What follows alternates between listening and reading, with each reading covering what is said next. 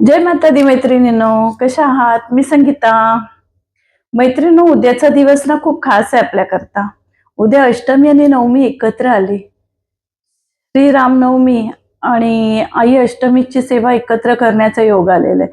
ज्यांच्या या 9 दिवसामध्ये सेवा नाही झालेल्या आहेत, त्यांनी खरं सांगते मंडळी, मैत्रिणींनो, उद्याचा दिवस खूप महत्वाचा आहे. तुमच्याकडनं ज्या सेवा उद्या होतील ना, त्या तुम्ही करा. खरं सांगते मी तुम्हाला, ज्यांना सप्तशती पाठ लावता नाही आला, त्यांनी उद्या पाठ लावा किंवा आज रात्री लावला आणि उद्या 2 दिवसात अर्धा-अर्धा पूर्ण केला तरी चालेल. पण नक्की करून घ्या. हे ज्या सेवा राहिल्या असतील तुमच्याकडनं या 9 दिवसात करायच्या, या 7 दिवसात आजचा 7वा दिवस आहे. सप्तमी, अष्टमी एका दिवशी आली आणि उद्या अष्टमी आणि नवमी एका दिवशी आलेले आहेत. 2 तिथी पडलेल्या आहेत. त्याच्यामुळे तुम्ही आजपासून ही सेवा करू शकता. आज आणि उद्या 2 दिवसामध्ये या सेवा करू शकता. ज्यांना सप्तशती पाठ लावायचा त्या सप्तशती पाठ लावा. नक्कीच लावा मैत्रिणींनो. आपल्या कुलदेवीची, आपल्या आई भगवतीची सेवा करायचा हा खूप मोठा दिवस आहे. चैत्र नवरात्री चालू आहेत. आपल्या प्रत्येकांच्या जत्रा पौर्णिमेला असतात. चैत्र पौर्णिमेला कुलदेवीची जत्रा असते. तसं बघायला गेलं तर ना मैत्रिणींनो, आपण वर्षातून एक फेरी तरी आपल्या कुलदेवीला जायचं असतं. तिचा मानपान करायचं असतं आणि खरंच करतो का आपण? खरंच विचार करा. आणि आपल्या घरात, आपल्या जीवनात येणारे अडथळे असतात ना, त्याचमुळे असतात. आपण कधी या बारीक बारीक गोष्टींचा विचार नाही करत मैत्रिणींनो. आपण हा विचार करायचा, कारण की आपल्या आईकडे जर आपण गेलो नाही तर तिला राग येतो, तिला वाईट वाटतं. ती तर कुलदेवी आहे, ती तर आपल्या कुळाची कुलदैवत आहे. मग तिच्याकडे आपण वर्षातून एकदा तरी जायला हवं ना. म्हणून मैत्रिणींनो, न चुकताय वर्षातून एकदा तरी कुलदेवीला जावा, तिचा मानपान तिला द्या. आणि मग पुन्हा बघा तुमच्या घरामध्ये, तुमच्या घरात किती बरकती आणि किती समृद्धी आणि समाधान मिळतं ते तुम्ही स्वतः आजमावा. खरं म्हटलं तर प्रत्येकाने जसं जमेल तसं कुलदेवीला जावं, वर्षातून 3-4दा जावं. पण ज्याला खरंच शक्य नाही होते त्यांनी एकदा तरी जावा. मी सांगते म्हणून जाऊन बघा आणि अनुभव घ्या. ज्यांना कुलदेवीची सेवा 9 दिवसात करायला नाही जमली, त्यांनी ह्या 9 दिवसातली सेवा उद्या, आज आणि उद्या 2 दिवसामध्ये पूर्ण करा आणि फळ बघा किती मिळतंय ते. मग तुम्ही स्वतःच सांगा आणि मला येऊन कमेंट करा की मी सांगितलेली गोष्ट खरी होती. सकाळी उठल्यापासून कुलदेवीची सेवा करा. आपल्या गुरूंची सेवा करा. गुरूंची 11 माळ जप झाल्यावरती 9 आई भगवतीचा, दुर्गा मातेचा मंत्र आहे, ओम दुंग दुर्गाय नमः. त्या मंत्राचा 108 एक माळ 108 महिन्यांची जप करा. नाही जमलं, ओम श्रीम श्रेय नमः लक्ष्मी मातेचा जप करा. तुमची कुलदेवता काय असेल तिच्या जो नावाचा मंत्र जप असेल तो करा. नाही जमलं तर हा सगळ्यात मोठा मंत्र आहे, ओम ऐं ह्रीं क्लीं चामुंडाय विचे. हा सगळ्यात मोठा मंत्र आहे. त्या मंत्राचा 108 माळण्याची एक माळ होते, त्याचा जप करा. 108 वेळा जप करा. ज्याच्याकडे माळ नसेल त्यांनी बोटावरती मोजून या काहीतरी एक कडधान्य 108 घ्या, त्याच्याने जप करा आणि अनुभव घ्या तुम्हाला उद्या सेवा केलेल्याचं काय फळ मिळते.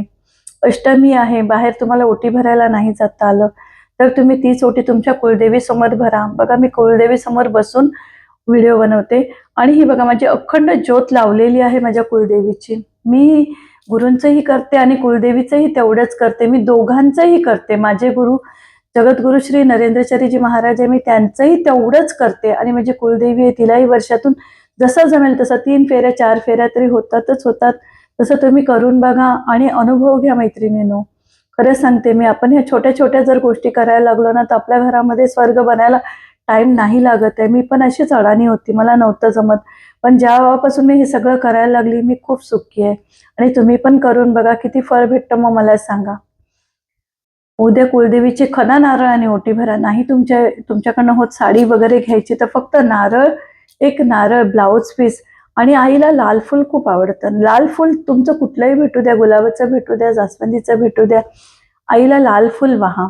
आईला ना गुलाब अत्तर खूप आवडतं. गुलाब अत्तर जर तुमच्याकडे असेल तर गुलाब अत्तर लावा. त्या फुलाला तुम्ही गुलाब अत्तर असं लावून पण ते फुल जरी आईला चढवलं तरी खूप मोठी गोष्ट आहे. उद्या श्री सुक्तमचं पाठ करा.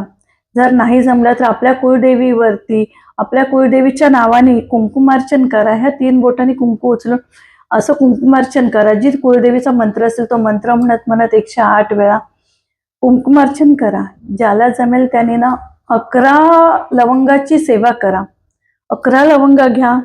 एक लक्ष्मी मंत्र आहे, लक्ष्मी अष्टकम आहे, त्याचा एक अष्टकम पूर्ण झालं की ती लवंग काढून ठेवा.